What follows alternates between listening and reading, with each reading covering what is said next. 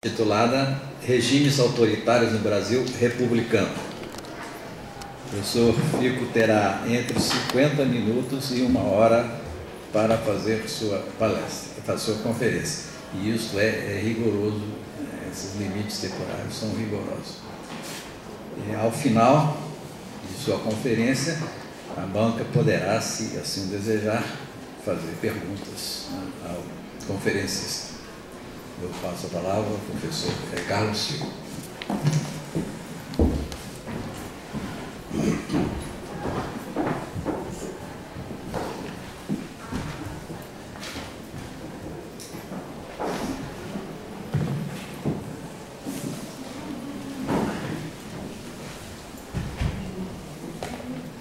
Pronto? Muito obrigado aos que comparecem aqui para assistir a essa conferência que se intitula Regimes Autoritários no Brasil Republicano. Membros da comissão examinadora. O refinamento da historiografia brasileira nos últimos 30 anos tem permitido um entendimento mais sofisticado de alguns dos temas mais controvertidos da história do Brasil. Esse é o caso do Estado Novo e do período dos governos militares, regimes autoritários do Brasil republicano que ocuparam quase 1/3 da história brasileira do século XX, cuja comparação desejo propor neste momento. Alguns dos aspectos do regime militar que tenho estudado, como a propaganda política, a censura, a repressão e os próprios militares, ganham um alcance maior quando comparados com seus correlatos do Estado Novo, razão pela qual me parece oportuna essa comparação. Certamente não quero sugerir que haja uma identidade entre os dois momentos, pois são flagrantes as especificidades daquelas conjunturas históricas tão distintas, marcadas uma pela realidade quente da Segunda Guerra Mundial, episódio-chave do século XX, e a outra pela dramaticidade teatral da Guerra Fria, que além do fronte europeu, passou a ter um palco secundário na América Latina a partir da Revolução Cubana. Afora isso, temos as singularidades internas, as etapas históricas tão diferentes da era Vargas, nos anos 30, com o sempre lembrado processo de construção institucional e o lançamento das bases da industrialização brasileira, e do regime militar, que aprofundou algumas das opções do Estado Novo, mas durou quase 3 vezes mais e, na medida em que foi muito mais repressivo, demandou uma transição para a democracia que se estendeu por muitos anos. Apesar de tais diferenças, parece-me útil a comparação, não apenas porque o Estado Novo e o regime militar sejam os momentos culminantes daquilo que Francisco Iglesias designou como melancólica trajetória nacional brasileira, por causa da supressão da liberdade, dos direitos políticos, mas também porque a análise de ambos os processos históricos nos desafia continuamente em função da coincidência entre autoritarismo e modernização, essa última sempre vista em uma clave positiva, paradoxo que intrigou quase todos os analistas dos dois períodos. O desenvolvimento que a historiografia sobre o Estado Novo experimentou a partir dos anos 80 coincidiu com o período da abertura. Parecia indispensável um retorno ao outro regime autoritário para se entender o regime militar e a ansiada transição para a democracia. Consolidou-se assim o entendimento que sustenta a comparação que aqui se faz. As bases do autoritarismo brasileiro deviam ser buscadas no Estado Novo e nos pensadores que elaboraram a proposta de um governo centralizador, um executivo forte e um Estado intervencionista e planejador. Havia também um componente político nessa historiografia que não se pode desconsiderar. Ao estudar e criticar a ditadura de Getúlio Vargas, marcava-se posição contra o regime militar. Os anos 70 e 80 também corresponderam a uma fase de intensas modificações no campo da própria história, cujo alcance levou alguns autores a falar em crise da história. Havia o surgimento da Nouvelle Histoire E mais importante para os propósitos desta fala, vivia-se uma etapa de críticas intensas ao marxismo, cuja crise teórica e política anunciava-se havia algum tempo e se consolidaria justamente nos anos 80. Isso ensejou o questionamento de enfoques cristalizados do marxismo, especialmente as teses que vinculavam classes sociais a desígnios históricos. A crítica do determinismo economicista também possibilitou a revalorização da história política, que vinha de longo período de ostracismo e que no Brasil também se beneficiou do já mencionado contexto da abertura política. Afinal, como entender as questões daquele momento sem analisar temas que se impunham, como os partidos políticos e os próprios militares? Assim, a repisada tese da fragilidade dos partidos brasileiros foi contestada. Do mesmo modo, os militares, ausentes da historiografia apesar de sua óbvia importância, passaram a ser estudados.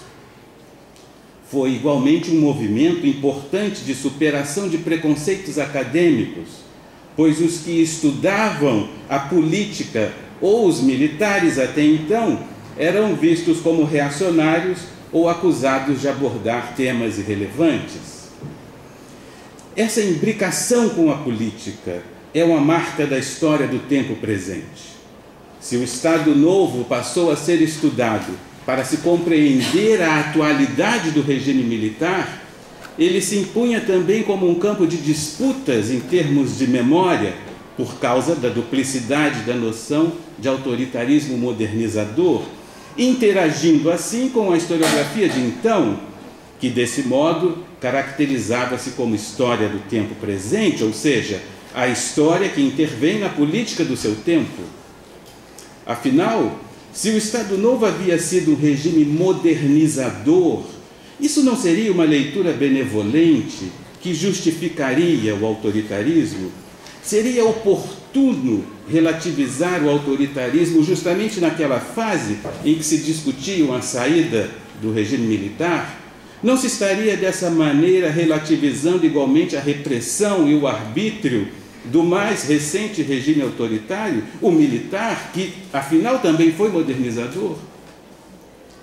Assim, a partir dos anos 80, rompendo com aquilo que José Roberto do Amaral Lapa chamara na década anterior de conspiração anticontemporânea, pois eram raras as pesquisas sobre a história recente do Brasil, avolumou-se a historiografia sobre o período republicano e especialmente sobre o que seria o tempo presente brasileiro, como assinalou Ângela de Castro Gomes, isto é, o pós-30.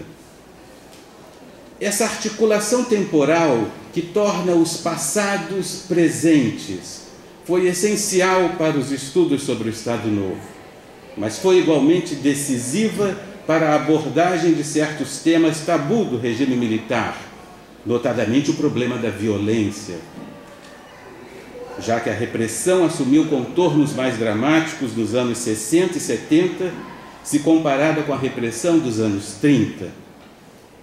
Do lado da esquerda, a opção pela luta armada nos anos de chumbo tornar-se-ia um problema de disputa de memória presente até hoje. Evidentemente, não estou propondo uma equivalência entre repressão e guerrilha, pois o regime militar tinha condições de reprimir a luta armada sem apelar para a tortura. Estou apenas me referindo às tensões temporais que marcam esses temas. Sintomaticamente, a principal negociação do Pacto Básico da Transição, a Lei da Anistia de 1979, situou de um lado o perdão aos torturadores e de outro a paulatina inclusão na anistia dos militantes de esquerda então excluídos, aqueles que estavam presos pelo que os militares chamavam de crime de sangue. Foi a partir de então, como sintetizou Daniel Arão Reis, que houve um deslocamento de sentido, na medida em que a perspectiva ofensiva da opção revolucionária pela luta armada passou a ser vista pela própria esquerda como mera resistência democrática ao endurecimento do regime.